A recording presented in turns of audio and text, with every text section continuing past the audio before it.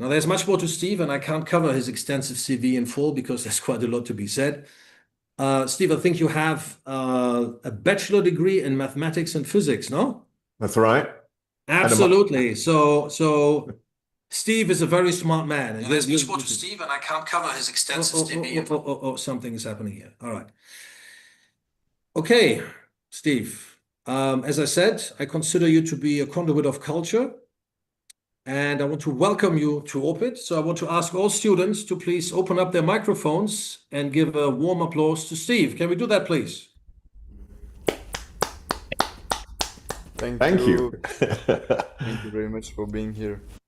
Yeah, and thank you, Alex, and welcome everybody. I know it's for some of you a really ungodly hour because you're all around different places in the world, but so thank you for making the effort. Now, as Alex said, I did study maths and physics in university, and after studying maths and physics, I realized that that wasn't the direction I wanted my life to go.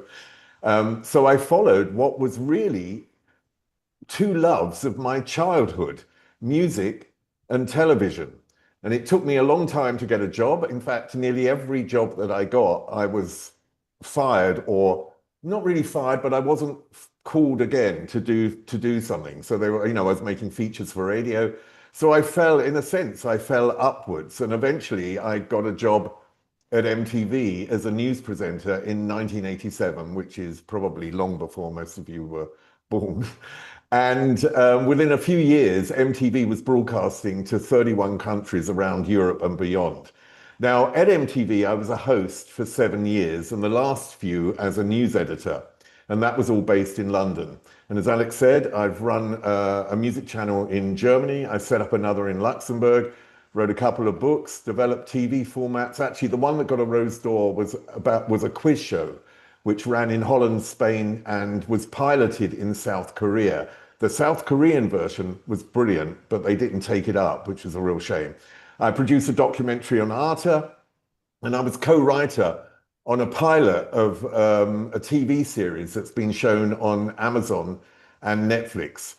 So I've done, a fair amount of different things in the media industry. And I also went back to university when I was 46 to get a master's in screenwriting, which was another way, really, of waking me up again during my life. Because I think what happens, you get comfortable and you need some sort of input to wake up. I lived 34 years in the UK. I moved to Germany and I lived more than 30 years then. And recently I came to Athens. So that makes me, you can work it out, but I'm actually 67. So I now reside in Athens in Greece. It was the place I always wanted to live. So finally, in my twilight years, God, that sounds so horrible, but finally I decided to come to Athens. And really, it's a place where I've started again, and I'm really building a new life. It's a real shame because I've actually very close to signing a contract for a really interesting job. But if I talk about it, it will go wrong. So I'm not going to talk about it today. As Alex said, I was really a conduit for culture and have been most of my life. And most of that is because I've conducted probably about 1,000 interviews. I mean, it's difficult to really sort of put a number on it, an exact number, but it must be about that range. And when I look back at those interviews that I've conducted, especially the ones with the world's greatest artists, I realized that there are some things in that interview which really say something and are a mirror to my own professional experience. So today, I want to talk about 3 artists in particular whose careers have spanned most of, if not all, their adult lives. And I've chosen these artists because I've interviewed them a number of times and I've met up with them a number of times, but because you can see the arc of their career and lives in retrospect. And I think that makes it easier to understand why they're important. You understand the challenges they faced and the legacy that they left or are leaving behind. So I'm going to invite you at the end of this lecture to look at artists you like and summarize them in a similar way, not here during this lecture, but in your own time, and see if their lives and actions could be useful in your professional lives. Now, forgive me, this is a disclaimer, forgive me if you feel too young to be connected to any of the artists I'm going to talk about, but stick with me because they definitely had something to say. So I'm going to start with an artist who passed on May the 24th, 2023, Tina Turner. Now, often in her lifetime, Tina was seen as the great survivor. But what was she really? What did she really represent? And what can we learn in our professional lives from Tina Turner's life? Now, for each artist, I'm going to give a potted history, not a full one, but a potted history that has some key points that helps you understand them. So Tina was born Annie Mae Bullock on November the 26th, 1939 in Nutbush, Tennessee. She was born into a deeply segregated American South during the Jim Crow era, and that was long before the Civil Rights Act in 1964. Now, her mother left when she was 11 because of abuse from the father. And 2 years later, he'd met a woman and he left as well. And in the 50s, Tina met Ike Turner, the start of her professional success, alongside well-documented abuse, physical, emotional, psychological, and financial. Now, this went on for years until Tina fled the marriage during one of many violent incidents. She left with no money, and after her divorce, famously just kept her stage name, Tina Turner. So what does this tell you? For me, lesson number one is if you have created a brand, don't throw it away. Tina Turner had already created the brand of Tina Turner. The style of dancing, the voice, the hair, the power on stage, the charisma. There was a brand there that would develop later as well over time. Now, MTV threw away its brand. I mean, this is a fairly current story because MTV stopped playing music at the end of last year. And for short-term gain, the channel moved slowly away from music. And when it stopped playing music altogether, I feel that a brand that was as big as Coca-Cola in the 80s was just ruined and wasted. And now that channel, in my opinion, will fade into obscurity. So back to Tina, because I think there's more to learn from her. Before her monumental comeback, she was performing on tables in Las Vegas. And the first two attempts at coming back with music were failed. They didn't hit the mark because the product didn't suit Tina Turner. But then by chance, she came to work with what were then really new producers in the UK, Martin Ware and Ian Craig Marsh. Now, they were both founding members of Human League who were working together as the British Electric Foundation as a production unit and also as the band, one of the greatest bands, in my opinion, of the 80s, Heaven 17. Now, the first song that Tina recorded was Ball of Confusion. It was a Temptation song, which Tina had never heard, according to Martin Ware, but this got her some attention. And the second song produced by Martin Ware for her Private Dancer album was the Al Green track, Let's Stay Together, and that became a hit. Now, by the time Private Dancer was released, Tina was 44 years old. And this is an age where female pop stars were rarely given second chances. Now, the big hit of Private Dancer was the track What's Love Got to Do With It, written by Terry Britten. Tina hated this track, but at the behest of Roger Davis, who was her manager, and the record company, she reinvented the song through the delivery that she gave the song. Now, her whole life up to that point, as was recounted in the Kurt Loder co-written biography, I, Tina, had been devoid of love from her parents, from her mother or father who had abandoned her, and from Ike, who had abused her. Her throwaway delivery of that line, what's love got to do with it, changed the meaning. And it became a song about the ability we have as humans to detach ourselves just enough to survive. Tina made that song her story. And I believe that's the reason, because it's sometimes when artists put everything into a song, even if they haven't written, we connect to it. Same as Whitney Houston, I Will Always Love You. We can really connect to something like that. And it became her biggest hit. So for me, the second lesson we can learn is that innovation happens when comfort ends. Find yourself in the execution of the idea to create resonance.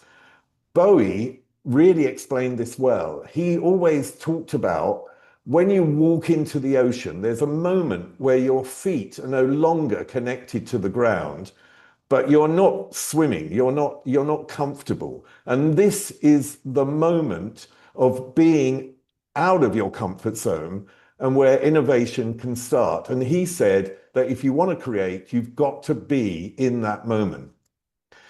Now, by the time I met Tina for MTV, she was on her first stadium tour, and stadium tours will eventually see her becoming, I think, one of the greatest performers of that generation, and certainly one of the biggest touring artists in the world at that time.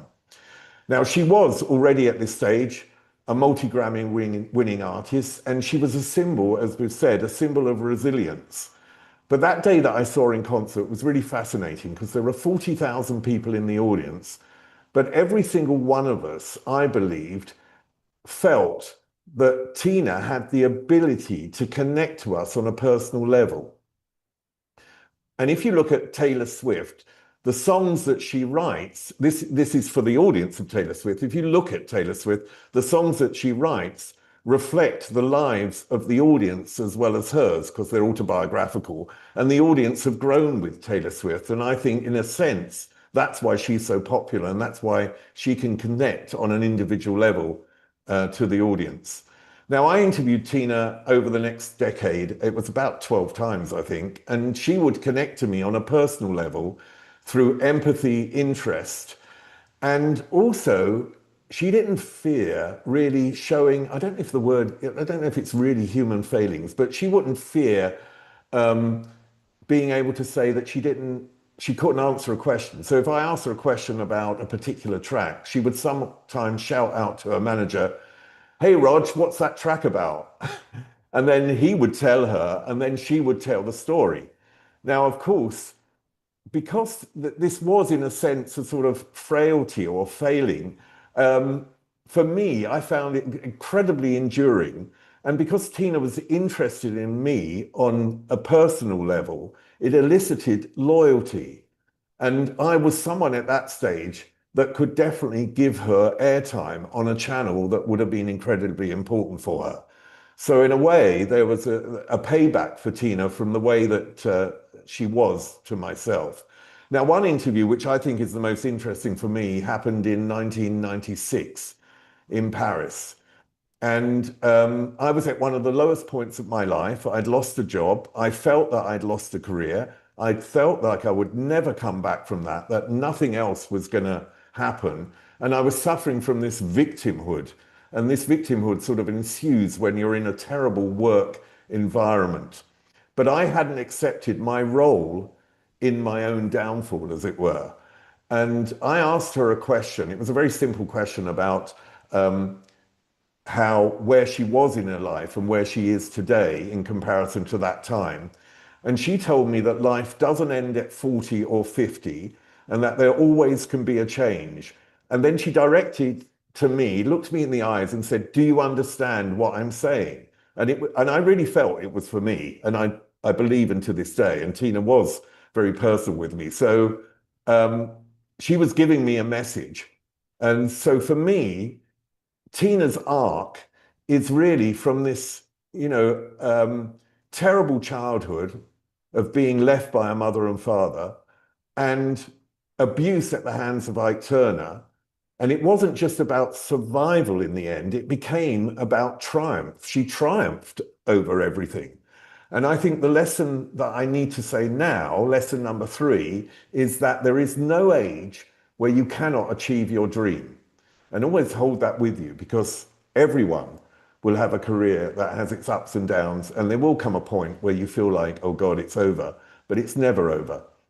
Now, the second artist I want to look at is Elton John. Now, his story is less about claiming autonomy and more about overcoming a lack of validation by creating a version of himself that was real and meaningful and separate from parental approval.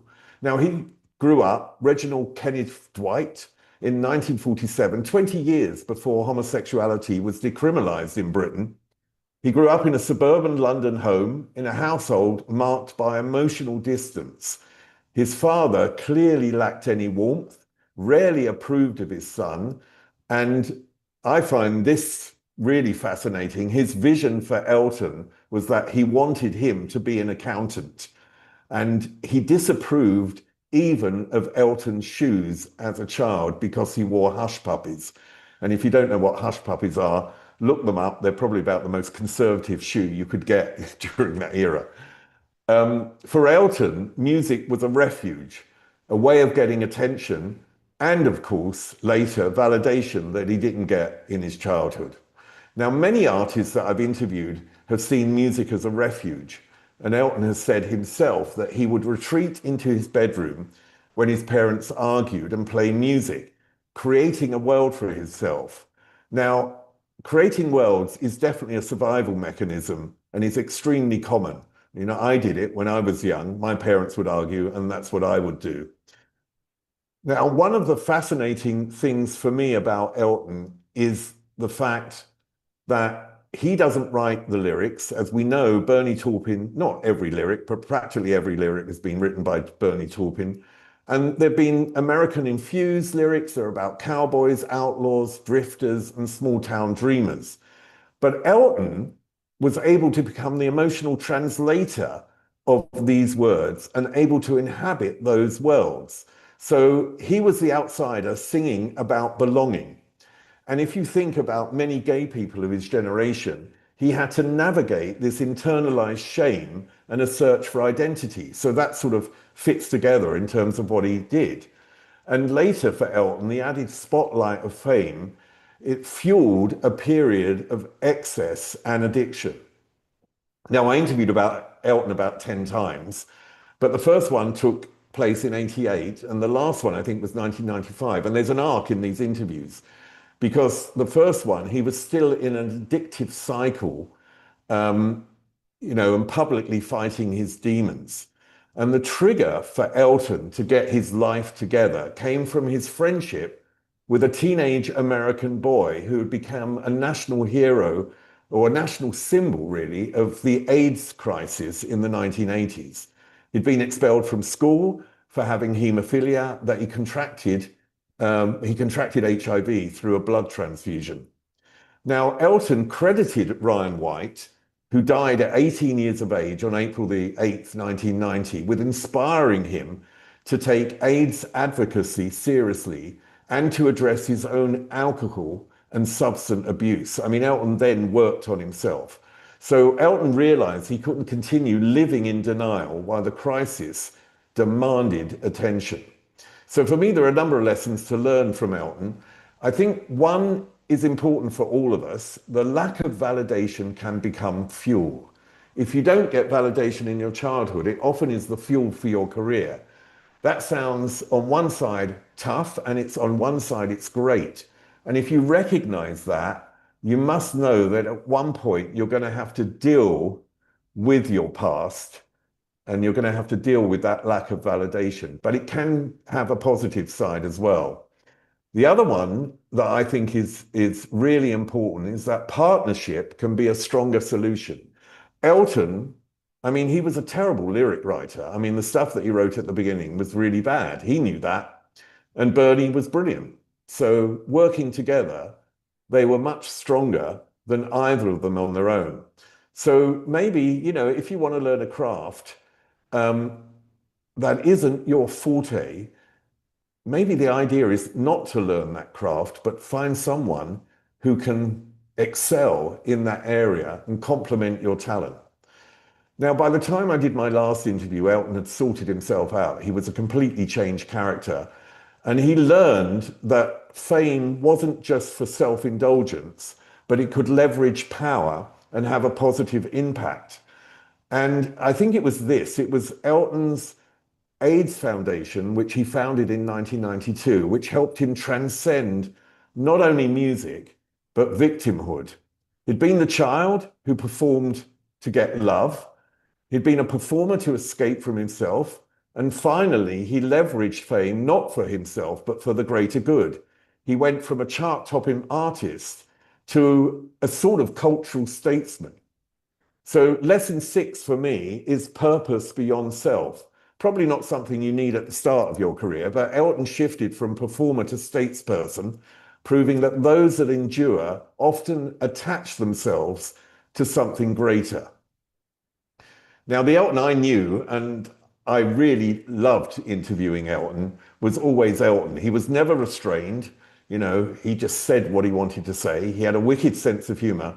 And much like Tina, he came to symbolize survival and show later that reinvention can take you to another greater level. Now, the last artist I want to look at is Madonna. Obviously, Madonna was born Madonna Louise Ciccone in 1958, and she was the third of 6 children. Now, with Madonna, her mother died of breast cancer when she was just 5, and this created a sense of impermanence and urgency to Madonna's life. And I think that's why ambition became her survival mechanism. Madonna was raised in a middle-class Catholic household shaped by strict moral codes and conservative gender expectations. And if you think about what Madonna became, those were the seeds that became her themes in her life: autonomy, control, and defiance of social norms. Now, she moved to New York as an unknown dancer and musician, learned to build her own persona, this sexual boldness, the taboo challenging imagery. And she was, for me, much like her hero Bowie had been, she was a chameleon. But Madonna did this in a male-dominated industry, and Madonna was determined to be the female in control. But unlike Tina, with her explosive voice and performance style, or Elton, who invented his flamboyant performance out of necessity, Madonna's invention was proactive. Her identity was emotionally rooted, it was rooted in truth, but it was constructed.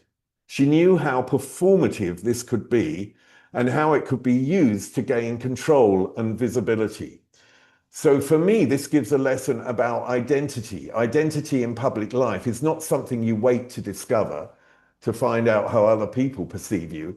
It's something you can actively design as long as it's rooted truthfully in you. So you can create your own identity at work that works for you. And that for me, well, I think, no, maybe I'll sum up. There's a difference. There are differences between Madonna, Elton, and Tina. Madonna constructs identity, Elton translates identity, and Tina reclaimed her identity. Now, one of the major reasons that Madonna achieved success is that she understood the medium that could help her most, MTV. She grew alongside that medium, and her output resonated clearly with her audience. Now, her Catholic upbringing informed her provocative imagery, I'd say, turning guilt, ritual, and morality into art. And her outsider status as a female pop artist in the early 1980s allowed her to critique gender, sexuality, and power structures. Now, Madonna carefully navigated and highlighted worlds, bringing them to the fore. I mean, if you think about Vogue, you know, this was an underground gay club dancing that she brought into the mainstream and owned it. So whereas Tina channeled survival into authentic performance and Elton transposed Bernie's lyrics into emotional truth, Madonna was able to transcend beyond music far more than any other artist of her generation. She challenged the ideas of female sexuality and, I think most importantly, agency in pop culture, inspiring generations of women to claim their bodies and narrative. I mean, if you look at artists like Lady Gaga, Britney Spears, Rihanna, Pink, Christina Aguilera, and Beyonce, who obviously was influenced by Tina as well, they all say that Madonna was one of their major influences. Now, Madonna was also one of the first female artists to own her brand, manage tours, and direct projects. She basically created her own entertainment empire.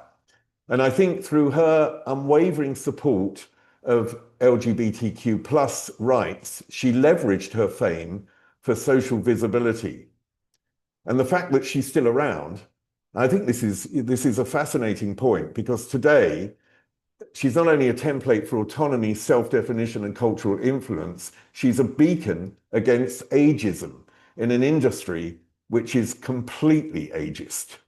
Now, I interviewed Madonna twice. I've met her a number of times. The interaction was pretty short on those times, but it did allow me a glimpse behind the curtain. Now, when I interviewed her, it was around the time of the album Erotica in 1992. She'd just released this book of nude art photos, sex, and it had really been, she had a massive backlash in the press. I mean, it was really hard for her at that point. So I had to go to Milan and interview her for the album Erotica. And because she was at that point still the biggest star in the world, all the MTV hierarchy wanted to come. So I ended up in a hotel room in Milan, waiting for Madonna to arrive, with everything set up. And behind me were the hierarchy of MTV. Now, Madonna arrives, she comes into the room, ignores everyone, sits down, points at my boss at MTV, who is the vice president of news, and Fiona was great at her job, but like me, wasn't particularly good, possibly of even changing a light bulb, let alone putting a light up for Madonna. But Madonna pointed at her and said, I want one light, I want it up here, I want it pointing down on my face, and you are doing it, pointing at Fiona. So obviously someone else did it. And then the sound guy turned to me, as they do in every interview, and said, you know, I need a sound check, which just meant, can you ask a question?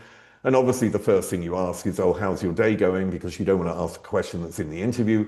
And Madonna stared me in the eyes and said, 1, 2, 3, is that what you want? And that was how the interview started. It did make me feel intimidated. She definitely took control of the room and the narrative at that point. And I think that control came from her fame. Now, I've seen other interviews where she intimidates the interviewer and they completely flop.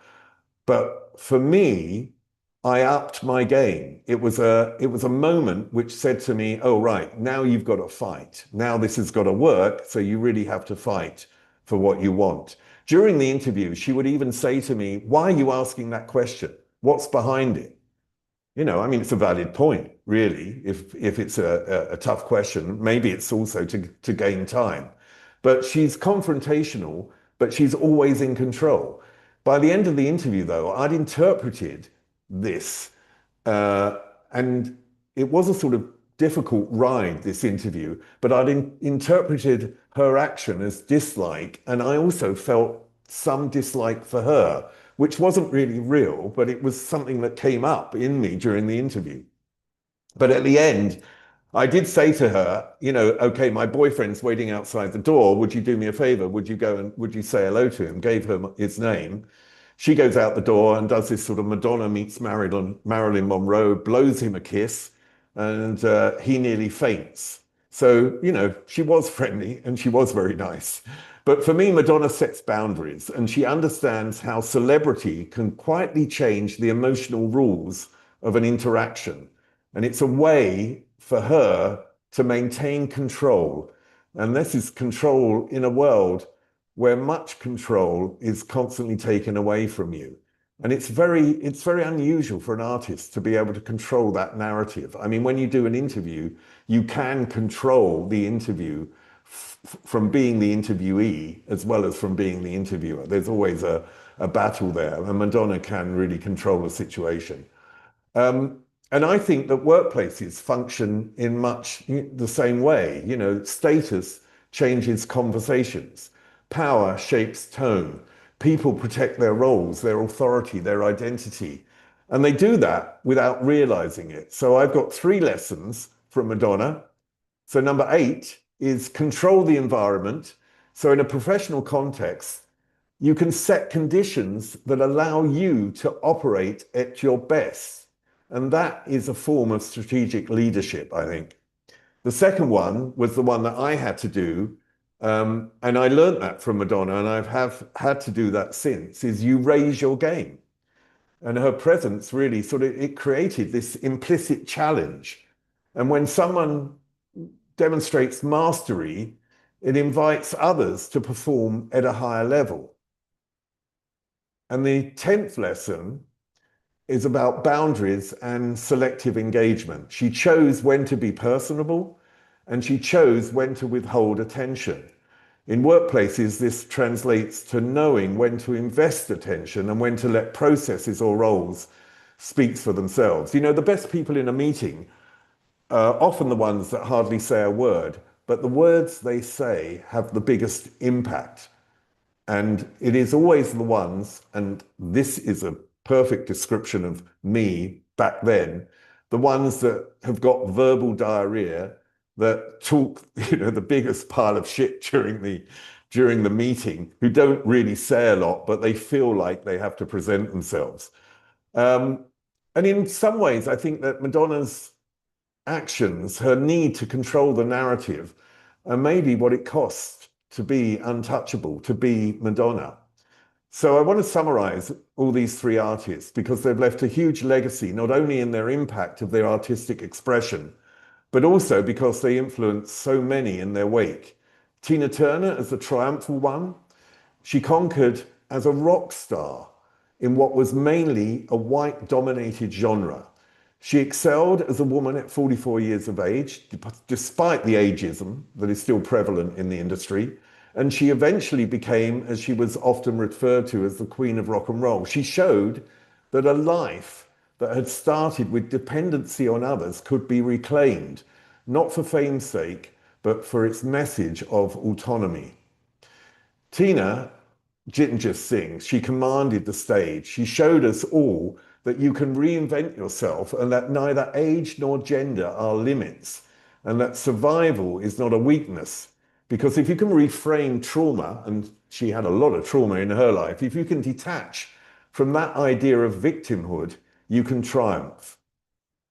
Elton John was the architect of himself. He transformed a childhood marked by emotional distance and conditional approval into a creative life that was authentic and expansive. So he was born into a world where parental validation was withheld, but he learned to build a version of himself that was real and meaningful and separate from others' expectation. And through his partnership with Bernie, he became the outsider who could inhabit worlds he had never lived, translating all those emotions, longing, desire, vulnerability into music that resonated globally. Elton showed that professional mastery is not just about technical skill, but about creating a self that can survive scrutiny, excess, and internalized shame. He turned his own survival into service through his Elton John AIDS Foundation, demonstrating that true legacy comes from coupling talent with purpose, and that influence grows when you align personal authenticity with responsibility to others. And finally, Madonna, so the self-constructive provocateur. She arrived on the scene not by accident, but by design, deliberately curating an identity that challenged norms of gender, sexuality, and authority. Her mastery of persona, image, and reinvention made her a gate opener for women, proving that autonomy and audacity can be tools of both survival and cultural influence. Madonna demonstrates for me that power lies in boundaries, selective engagement, and the ability to control the narrative, showing that influence is as much about what you withhold as what you give. By refusing to be limited by morality, age, or expectation, Madonna created a blueprint for women to claim both visibility and authority, making her legacy not just musical, but structural in the way it reshaped possibilities for female artists. So I'm going to go through the lessons again, just to read them out as a list. And I'll send these to Alex afterwards. But lesson number one is, if you've created a brand, don't, for God's sake, throw it away. Lesson two, innovation happens when comfort ends. Be out of your comfort zone. And if you're given a project to develop, find yourself in the execution of that project to create resonance. Doesn't have to be your project, but you've got to find yourself in it. Third one, there's no age where you cannot achieve your dream. The fourth one, lack of validation can become fuel. Many of us have suffered from lack of validation in our past, but deal with it in some way. You know, I've had a lot of therapy to go through that. But it's really interesting how it can be the fuel in your career. So lesson 5 is about partnership. You know, the Bernie Taupin and Elton John, partnership can be a stronger solution. Number 6, purpose beyond self. Elton, who shifted from performer to statesman, proving that those that endure often attach to something greater than themselves. 7, identity in public life is not something you wait to discover. It's something that you yourself can design, but root it in who you are. Lesson 8, control the environment. In a professional context, setting conditions that allow you to operate at your best is a form of strategic leadership. 9, raise your own game. If anyone around you pushes you to raise your game, you should stick to them because they will help you in your life. They will push you. So if someone demonstrates mastery, it invites others to perform at a higher level. 10, boundaries and selective engagement. Choose when to be personable and when to withhold attention. And as I said, like in the workplace, if you've got something important to say, say it. If you haven't, you don't always need to talk. It's difficult for people being silent, but it's the most important thing. So I want to end on a bit of a personal note. As I said, I'm 67. I've come to Greece and I've got a project going which hopefully will again reinvent myself at this time in life. And for me, that's incredibly exciting. Each time this reinvention has happened, it's been more exciting than the last. So if you're aware in business that everything is a learning curve and you're not resistant to change, then the cycle of life will feed you, create success, and I believe it will also give you happiness. So yeah, that's it. Thanks for being with me. And if you've got any questions, I think Alex will now open that up to questions, but thank you for listening. Thank you very much, Steve. May I ask everybody to please switch on their microphones and give a good round of applause for Steve?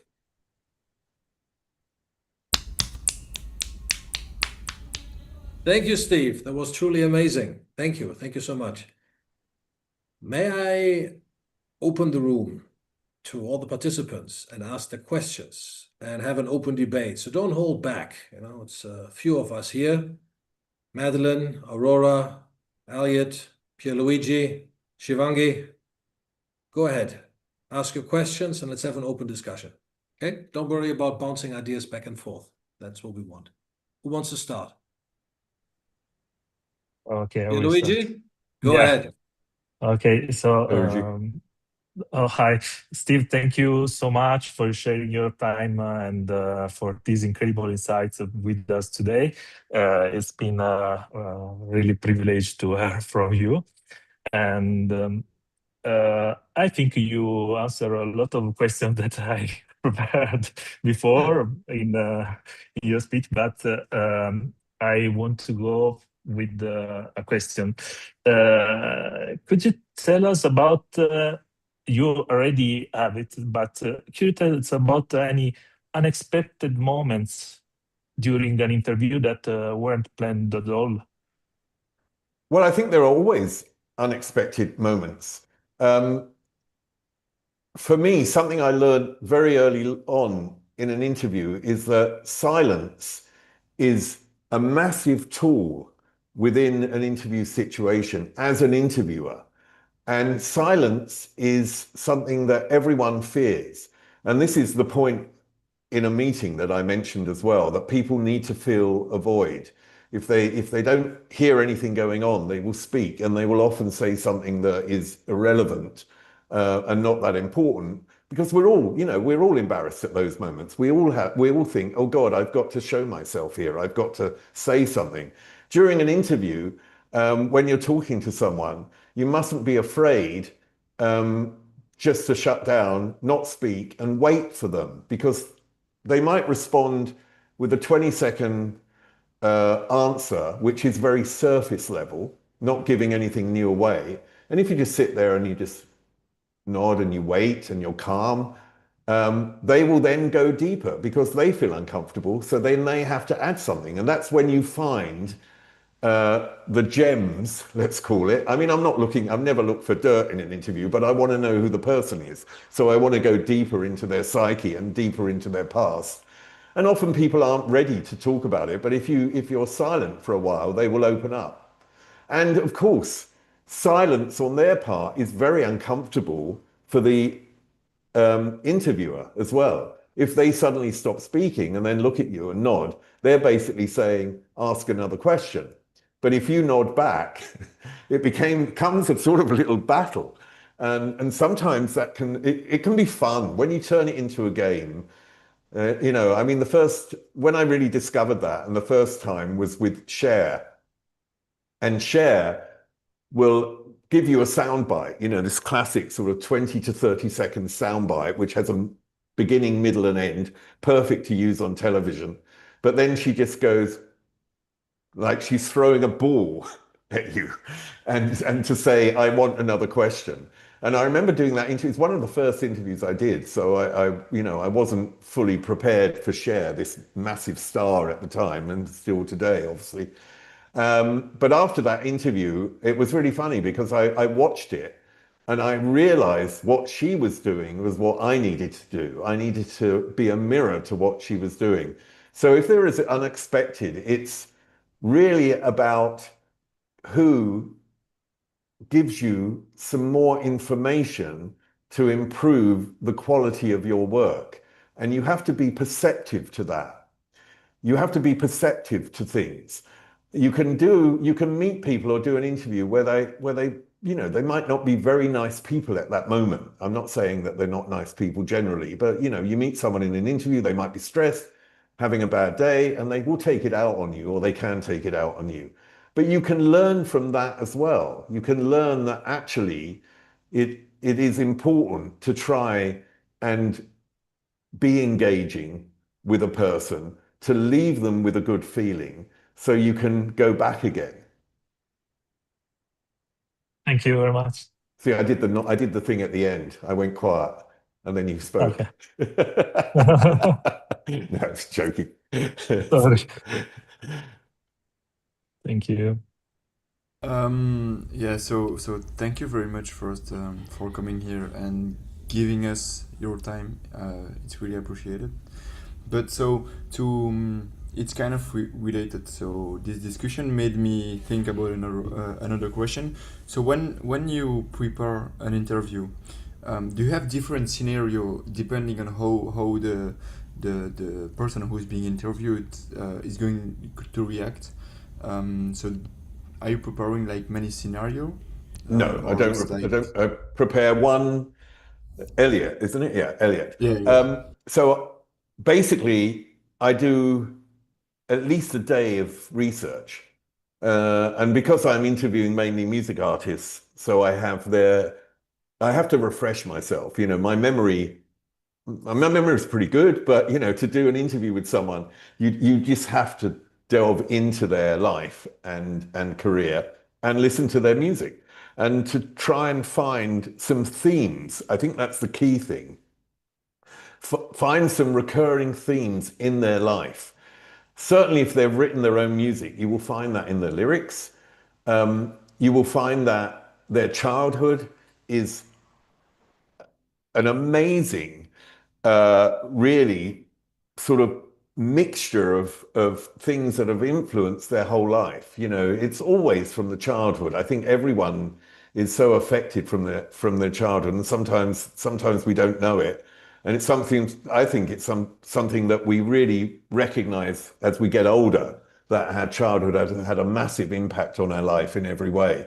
So if you look at their childhood, what they experienced, and I just try and keep going back to the themes that I've discovered in their music. I mean, one of the things with Tina that I mentioned was love, was the lack of love was a massive theme. And I remember when I was looking into this is quite a few years ago, this is a long time ago, I was looking into that and I reread the biography and I realized there was a sentence in it where she said that she'd never experienced love in her life. And all I could think of was, wow, her most famous song was called What's Love Got to Do with It? Is that a coincidence? And I remember looking at other artists and having the same realization, Whitney Houston covering I Will Always Love You and it was a Dolly Parton song, which was a song about friendship at that point. And Whitney made it a song really truly about love. And if you look at Whitney's life, and I don't know whether this is 100% true or not, but if you look at Whitney's life, she had a long affair with a personal assistant, a lesbian affair, and they were together for a long period. And her mother didn't want them to be together. And it was, I think, probably a career decision. It was quite difficult. Whitney was, in a sense, Whitney was not only a massive star in America, but she was sort of white America's star as well. So I think her mother was really concerned about Whitney's image and whether that would be something that would affect her fame. So they didn't really want that to get out. And so she was under pressure not to stay with Robin. I can't remember her surname. I think it was Robin Crawford. And she recorded I Will Always Love You. And I always wondered whether the emotion of her not being able to express who she truly was in that song. And if you look at all artists, you can draw those connections. It's really fascinating. Stevie Wonder, as a kid, witnessed his mother stab his father because his father used to rape his mother often and beat her up. So, and this is in the mother's book. So after one night when there was blood on the floor and all this hell had broken loose, the mother put the kids in the car and drove off, I think must have been to Detroit or something, drove off to Detroit and started a new life. But when Stevie Wonder had a child, and he always felt that his father didn't love him because his father wasn't around. It was something that actually had happened in my life. My father had no emotional connection to me. And then he disappeared off. He was never really around, but he never had any emotional connection to me. And I think Stevie Wonder had the same experience. And then he wrote a song called Isn't She Lovely about the birth of his daughter, made from love. And in a sense, it was sort of rectifying what had happened to him as a child, that he probably felt he wasn't made for love. So you can find all these connections. I mean, this is obviously based on music, but when you interview anyone, you can find out such an immense amount of information from them. And when you watch older interviews as well, it's really, really key to watch older interviews and twist the questions. So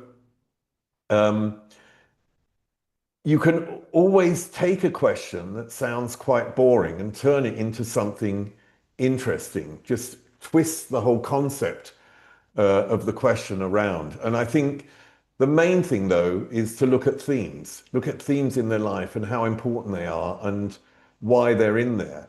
And you would create a really good interview and keep digging in the interview. Just be charming and keep digging. They will tell you when they've had enough. You don't need to worry about that. That's not your role. You're the interviewer, and I don't see my role as really discovering information that shouldn't be out there. I'm not interested in someone's, ultimate personal life. I'm interested in their history and how it relates to what they're creating and their music. When you have some like, let's say, tricky question about someone, do you have like any tips or any tools that you use to to make the people maybe more comfortable or something like that? Well, you don't ask a tough question at the start. You've got to build a rapport. So you go into an interview and you ease into it in a lot of ways. the problem is you need time. So you need a 30-minute, an hour interview to be able to do that. If you haven't got that, then you've got to go the other route. But you can phrase anything in a really polite manner. And I think that's one thing that I've really been able to do because I smile a lot. It's just my nature. And with a person on the other side, to me, either because I do a podcast now as well. So it's either on the internet, but even in real life, I will try and be very personable and make them feel that I'm supportive of them and really like them. But I can still ask what is quite a tough question. And people have said to me that they are sort of fooled. They're fooled into believing it's a nice question when it isn't that nice. But it gets me the information that I want. So just use your basic qualities of charm and, you know, being open and affable, and you'll be able to do it. But don't shy away from it. There's no point to shy away from it. But don't ask it in a really, you know, brutal manner. Yeah, okay. Thank you very much for your answers. Thanks. Something along the same vein that I'm curious about. I mean, I'm sure I put my foot in my mouth all the time, or I used to anyway before I started learning how to talk to people. Um, so was there a point in your career where you put your foot in your mouth, but you were proud of yourself for how you saved it? Oh, oh God. The first part, yes, many times. No, I mean, I think I wasn't a very good team person. I think I believed I knew everything and that my opinion mattered. And I think what you have to realize in a corporate environment is that there are times where you've just got to shut up and not say anything. It took me years to understand that. I think I understood it. It took me years to be able to do it. I think I just thought, no, I need, why? I should be saying this. I should actually give my opinion. But actually, it was a worthless exercise because I wasn't necessarily in control of the outcome. I don't know, even here, I was talking about that something's happening here. And I had a big meeting last week. It's pretty advanced, this thing. And so I had a big meeting last week with a group of people. And towards the end of the meeting, this guy came in that we hadn't seen. And he said three things, very short. And he just joined in on three things. And all three things were absolutely essential and probably the best part of the meeting. And then he left. But he made a massive impact because he wasn't presenting himself. He just had three issues that he felt should be brought up. And they were probably, it was funny because I'm doing this project with he's my best friend here and we work in a similar industry. And we met 2 nights ago and he said to me, what did you think of last Monday? Did you notice? He had exactly the same theory that this guy is probably going to be the most important, influential, and best person to be around because he understood things. So I think it's just something that you learn. And yes, I've done it a lot. And it took me, I think, about 20 years to really understand that I needed to shut up. So just learn it quicker, that's all.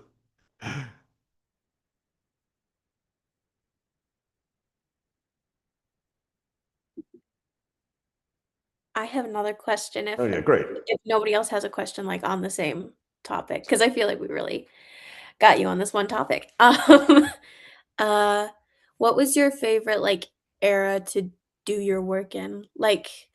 I told my dad we were talking to you, and he is from the MTV generation, and he was like, how did he cope with, or how did he feel he did during when communism was on the rise in the 80s and giving interviews then? Oh, well, I mean, the thing is, I started at MTV in 87. So, when you think that the Berlin Wall came down in 89, I think it was, then it was an era of positivity, I think. I mean, I think we live in a very difficult era at the moment. But in that period, it just felt like everything's getting better and this will will continue. So to that extent, I think it was a really, not just personally for me, a very positive era, but a positive era for the world. But I would say today I'm much more comfortable. I know many more things. I'm less concerned with things that are pretty irrelevant.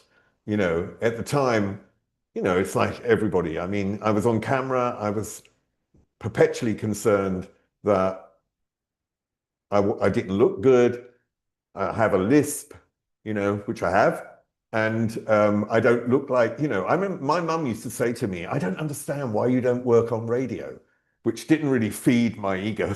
I actually didn't mean it in a bad way, but do you know what I mean? It's like there are just things that concern you when you're younger, that when you're older, you don't care about at all.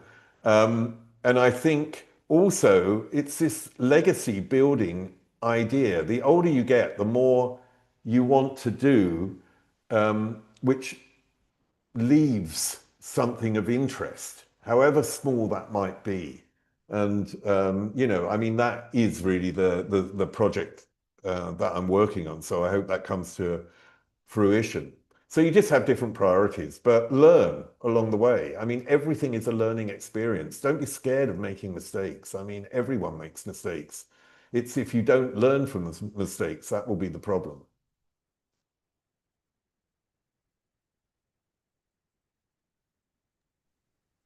Madeline, are you? Thank you. I was taking notes. Okay, thank you. Okay, anybody else? Aurora? No? Okay, Shivangi? It's okay, Aurora. Yeah, so thank you for this wonderful session, Steve. Thank you. So I have just a very general question that amongst all the interviews that you have taken, so is there any most memorable person that you have interviewed and why? Yes, the Dalai Lama, because that interview was done at his home in Dharamsala in North India. So I had to fly to Delhi, have a 15-hour car journey with a driver whose first words were, "Me, Night Rider," and then decided to drive up the wrong side of a dual carriageway because there was so much traffic on our side. So I thought, I'm not going to survive this and not get there. So that was one side of the experience. The other side, though, was to meet someone who was, you know, a religious leader in the world, but yet was so personable and open. And for me, as a gay man, and I think this was so important to me, and there will be other issues for everyone here that are important, that I got some confirmation from him, because after the interview, we had to film some B-roll. So, you know, that the pictures that go with the interview, as it were. So we filmed me and him walking around the gardens. And obviously it wasn't on mic, but I asked him what his view on homosexuality is. And he said to me that the only important thing is the quality of a relationship, not the sexuality. And for me, it was sort of a confirmation that I didn't get from my father, because he was almost like a father figure to me in that sense. He was of that age. And so he was giving me confirmation for who I am. I mean, we're living in a very different world today. In my world, like in Elton's world, it was a difficult subject. And yeah, for me, that was a really important moment. The other thing that I liked was I like pop stars to be a bit extreme. I want them. I don't know why this is, but I think I like them to be, you know, larger than life. I don't mind if they're difficult, awkward, egotistical, whatever. I just like them to be something larger than life. So yeah, I mean, many of them have been really nice. You know, occasionally you meet someone, and as I said, people can have a bad day, so I don't blame them, but they can be terrible and mean. And that's just part of life. I think you can never know what's going to happen, and you don't know what's happening in someone else's life. So, you know, you have to give them the benefit of the doubt. I mean, if it happens 10 times, it's a little bit different. But if it's on one meeting, you can't judge them from one meeting. I mean, you know, we all have bad days.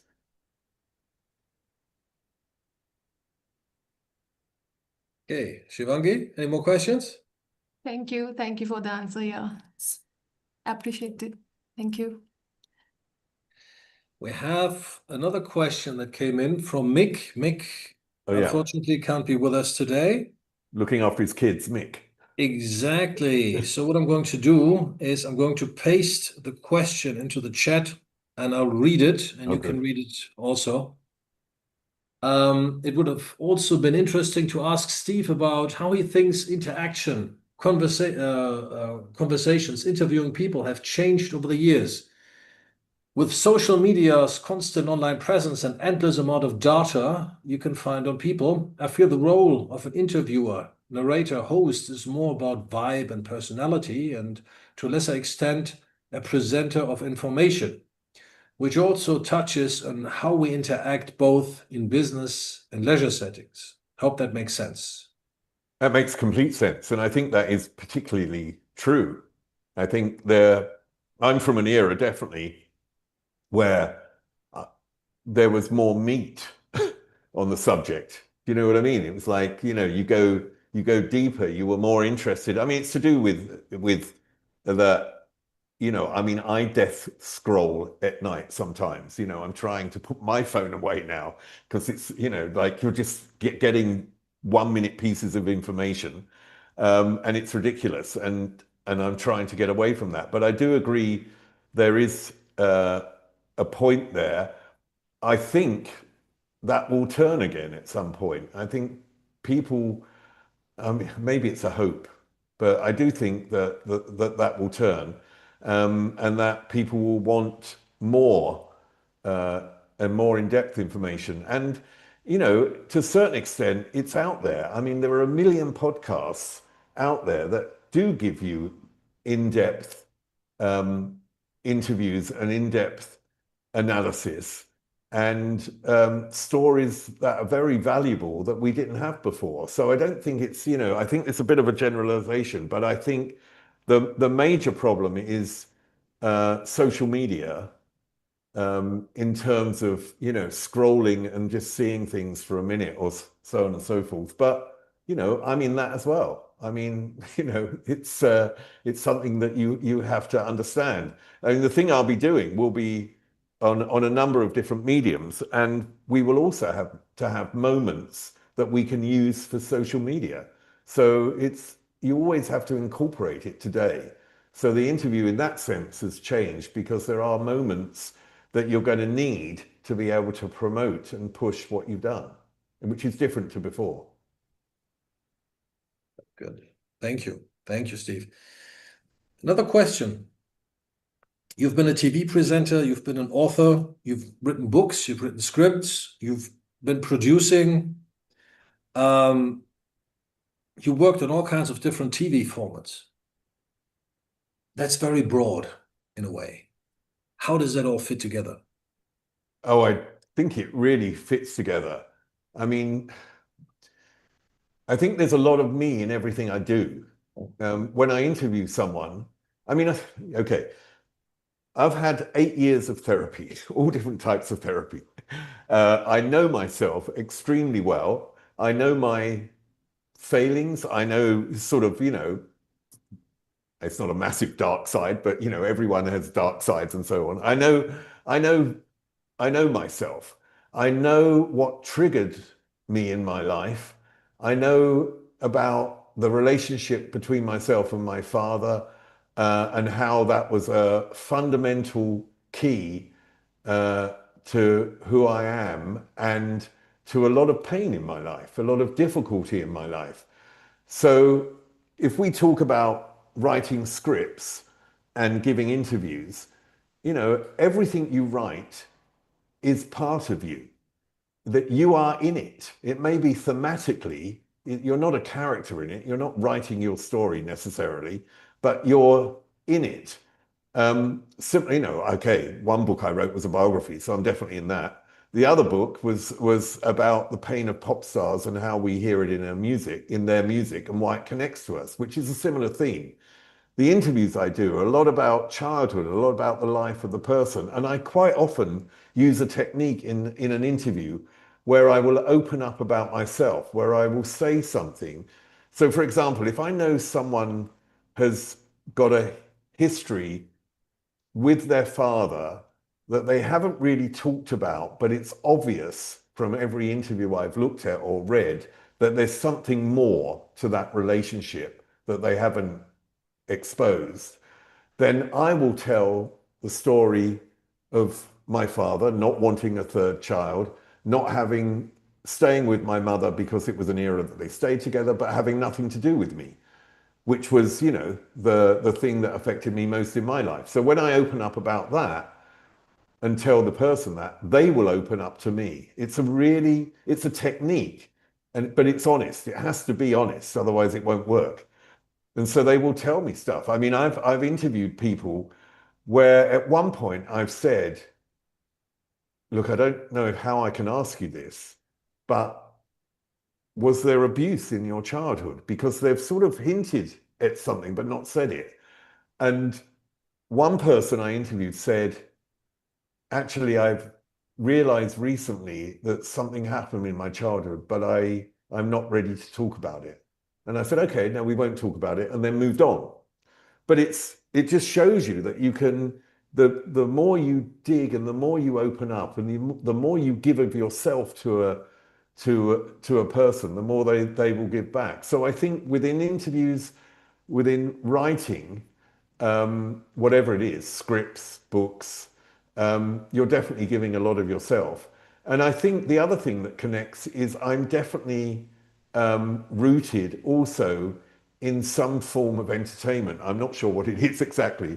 So for me, as I said, my childhood was turning the television up so I couldn't hear my mother and father fighting and things being thrown across the room, when I was like 11 years old, 8 to 11 years old.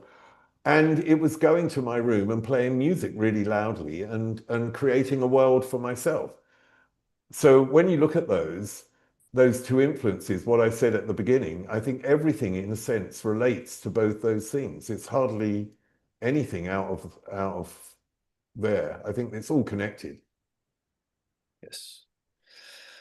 I remember you telling me this 20 years ago. I think we were in London. You said you can ever only write about yourself, no matter what you write. So yeah. Yeah, write about the themes that you write what you know, which doesn't mean to say you're a professor at a university, so you're writing a story about a professor at a university. What it means is you are writing about the themes that have affected you in your life, and that's where you will stay true. And it will be something that will connect to other people because they will believe you. Very true. Thank you. Do we have any more questions? Anything you would like to discuss? We still have time. It's up to you guys. Madeline? Final question? Go ahead. I know you gave us like your top 3 people who have like very valuable lessons that you've found in them, but is there somebody that you just found fun to interview, or maybe like they messed up, or maybe you didn't know it was a mistake and then they turned it around, and just has there any bet? I'm asking so many run-on questions. I'm sorry. No, thinking. Has No there ever wrong been? question. Okay, I will tell you about an interview that I did that I completely fucked up. And it was with my biggest hero, which is David Bowie. I mean, I'm of an era that when I was 13, David Bowie was on a TV program in Britain in his glam outfit, and this was an explosion for a 13-year-old to actually feel like, oh my God, there's something that I could belong to. This is my tribe in a way, which was very important in that era. I mean, it's slightly different now, but there was, everyone was in a tribe back then. They found their tribe and they stuck to it for a few years. And for me, my tribe was the people around David Bowie, the audience around David Bowie. So I loved David Bowie, everything he'd ever done, and followed him my whole life, loved his music. And then I think it was in 95, I managed to get an interview with him. I was living in Germany at the time, came over to London to do the interview, and I completely, well, put it impolitely, ballsed it up. I completely froze. I was in the presence of my idol, and he looked at me, and I did a really bad interview. You know what I mean? It just was pathetic. And I think, you know, in a sense, there's a lesson there, but it's not them, you know, making a mistake, because I don't think an artist necessarily can make a mistake. They can be mean, they can talk drivel for hours or whatever, but it's still, you know, if people like that artist, they're used to them and they will watch them. There is another one with the Happy Mondays, and it is such a disaster interview. It was quite funny, actually. It's on the internet, and it's so bad. And I mean, everyone makes mistakes. Everyone does things that are wrong, and you have to just get over them and move ahead.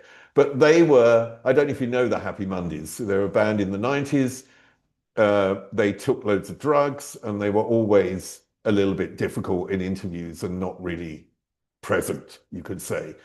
And in that interview, they're just being mean to me the whole time and not really cooperating. And the weird thing is, it was such a bad interview that I must have completely eradicated it from my mind, because a friend of mine was married to one of the founding members of the band. Shaun Ryder is the singer, and she was married to Paul Ryder, and she lives in LA, and I talk to her quite often. And around a period where I wanted to interview her after Paul had died to talk about his life, because she'd done a series of podcasts on him. We were talking, and at one point she mentioned this interview, and I said to her, but I've never interviewed them. And she went, you have? And I went, I have not interviewed them. And I was adamant, I've never met them. And then this thing is on the internet, so it's really bizarre. Do you know what I mean? So maybe my self-protection was sort of blanking it and pretending I hadn't done it. But in terms of an artist, you know, like what they do and what they say, and whether they're coming across well, I mean, it's not really my problem, I don't think. I think as long as they are them, it can be interesting to the audience. And particularly when I was interviewing pop stars, it is for their fans. It's not really for anyone else. I mean, you don't go and watch an interview with Taylor Swift unless you're interested in Taylor Swift, I presume. So that's how it works. Thank you. I just have a question that come up in my head. I was wondering, so first I was wondering how you dealt with pressure, but I didn't really know how to ask it. So for example, before you have like interview with major artists, did you have like a specific mental preparation routine or something to put you in the mood of interviewing? I don't know if the question makes sense. Yes, no, it completely makes sense. Well, I'll tell you a technique that I do when I go on stage, and that maybe I'm interviewing someone on stage, but it's also around presentation, because I think this works for interviews as well.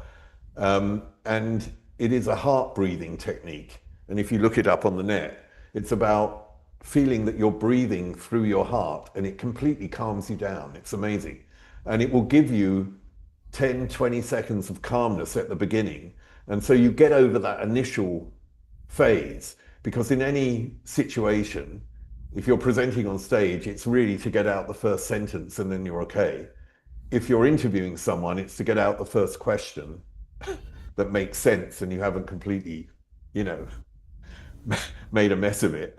So that could help. The other thing that I do, because I prepare everything, particularly for interviews, I write down absolutely every question. I frame the whole interview form it, and then I put it in my back pocket. But it's there. So if I get lost, and I don't think it's normally not a problem because you're not normally both on camera for an interview because, you know, people don't necessarily want to see you, but it's really about the person you're interviewing. If it's in the back pocket, then you really are comfortable and you know you can always go, oh, hang on a second, and then you look at it, and that's all. But I think the pressure that you give yourself is only from yourself. It's really they're also, you know, they are as nervous as you are. You know, okay, they may have done, you know, 100 interviews, but they don't know what's coming. They're being asked questions and they may feel uncomfortable at some point. So they're not always comfortable either.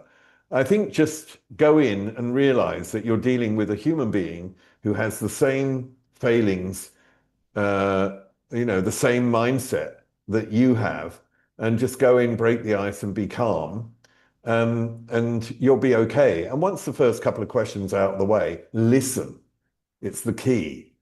Listen to their answers, because you may actually discover you do a much better interview just by listening to their answers and following their train of thought.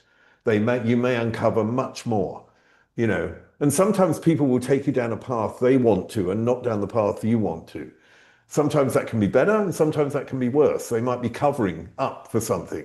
You know, politicians are always guiding you not to ask the questions that you want to ask. Yeah, okay, yeah, it makes sense. Thank you. Anyone else?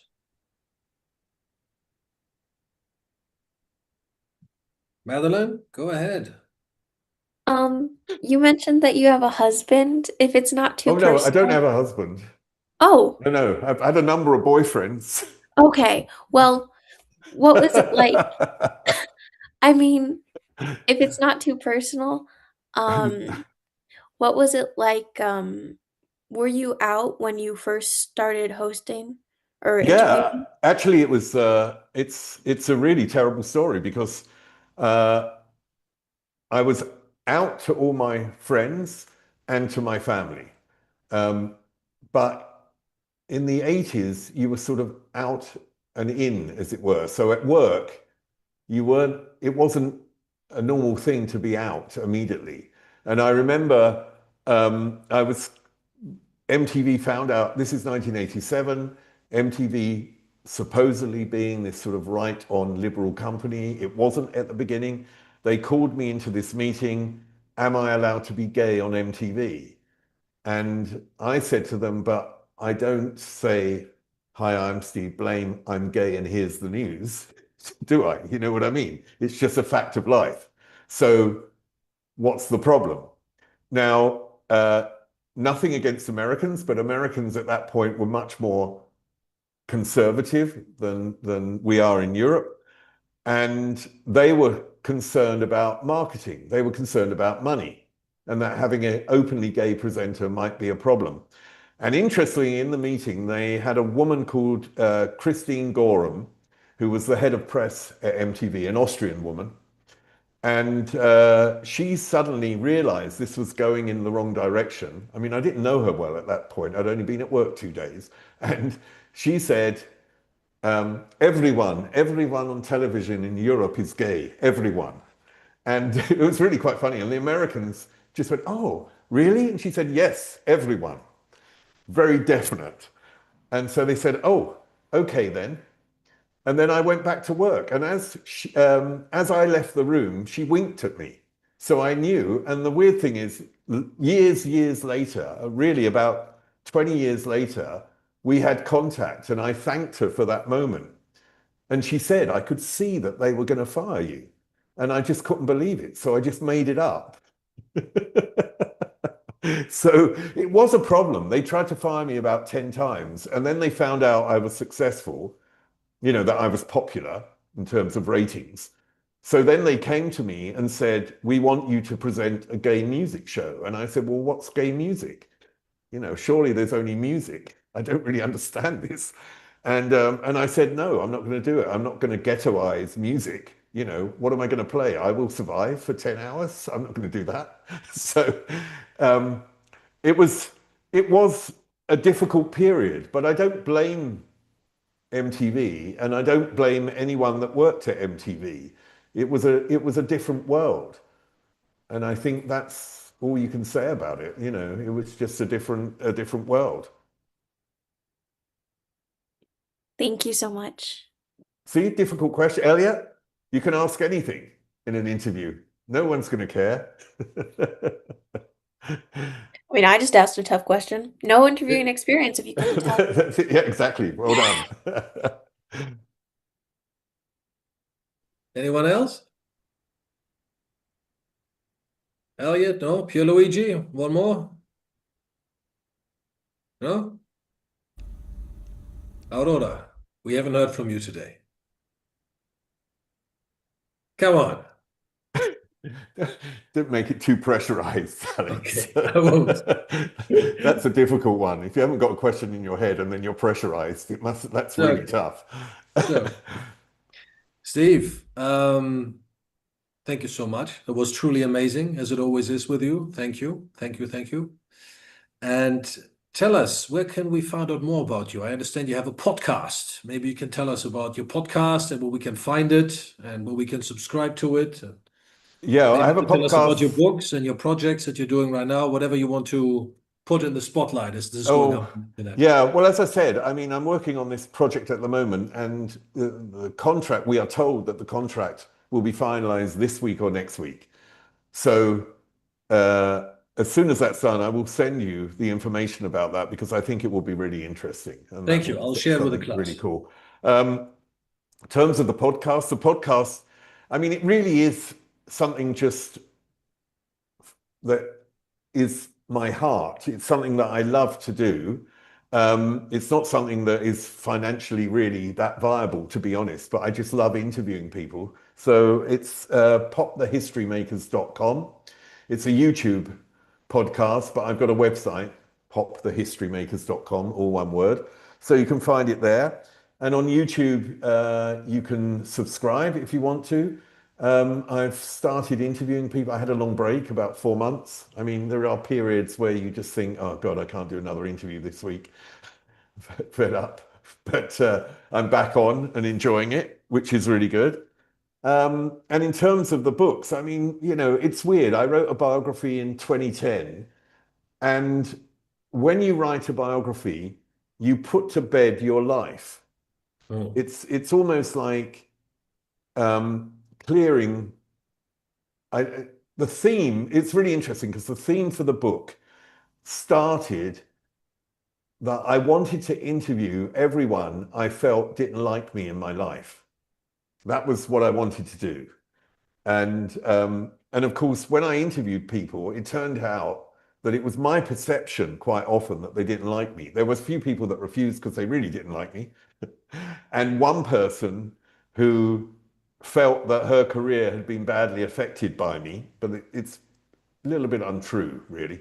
And I said to her, well, let me interview you and you can say anything you want about me and I will put it in the book. And she didn't hold back. She really didn't hold back. So that's quite, but it made good reading. Do you know what I mean? And the weird thing is we ended up laughing at the end of this. You know, we talked for a couple of hours in Berlin and we ended up laughing about the past. So in a way, although we're not friends, we sort of regained a certain connection and I think understood each other much better. So that book for me was cathartic and it was really putting the past behind me. So if I read it today, I think I would think really odd about it because it was a moment where it was the past had gone and the future was happening. Yeah.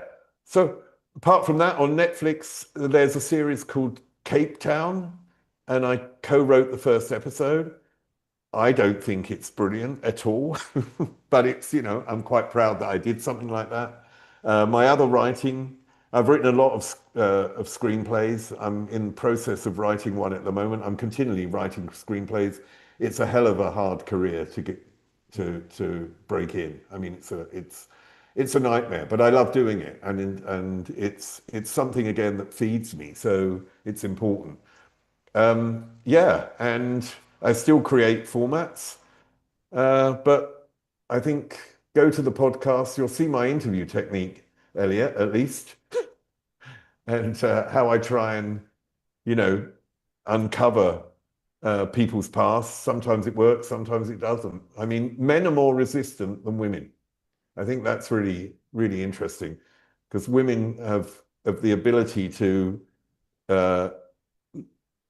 look at their emotions. I mean, this is why Heated Rivalry is such a hit, I think, just to make something current, that it's a massive hit because finally, you know, the most people that watch that series, I think 3/4 are women and 1/4 are probably gay men. And the series really shows a different side to men, which women crave. They want to see this emotional side to men. And I don't know why I got to that, but that's where I've ended up, at Heated Rivalry. It seems to be, it's what happens every night when I meet with friends. We end up at Heated Rivalry at the moment. Very strong talking point. Yeah, exactly. Anyhow, yeah. Just go to the podcast. I think that's the thing, and I'll let you know what's happening. And it's a really nice project that I'm working on, and I really hope it happens. Marvelous. Thank you so much, Steve. It's very much appreciated. Thank you for your time. Thank you for your attention. Thank you for putting this together. Thank you for inviting me, and thanks for all the questions. I mean, really, some great questions there, and it's a really nice experience to be able to do this for me as well, to be able to sort of just research and go into things for me, and to see my perspective on what I've done in my life as well. So thank you for that. Thank you very much. If you can please all put your microphones on and give an applause to Steve. Thank you. Thank you. Thank You you. very much. Thank you so much. Thank you. Just for the class, next week we have another guest lecture with Robert Just. He's a board member and executive. So it's going to be a different kind of situation next week. Okay. But it's going to be a guest lecture again. And after Robert, we're going to resume our normal program, our normal lectures. Okay. Any more questions before we shut down the lecture? Anything else you want to bring up? No? Okay. Thank you very much to all of you. And thank you very much again to Steve. Much appreciated. And we'll shut down the lecture.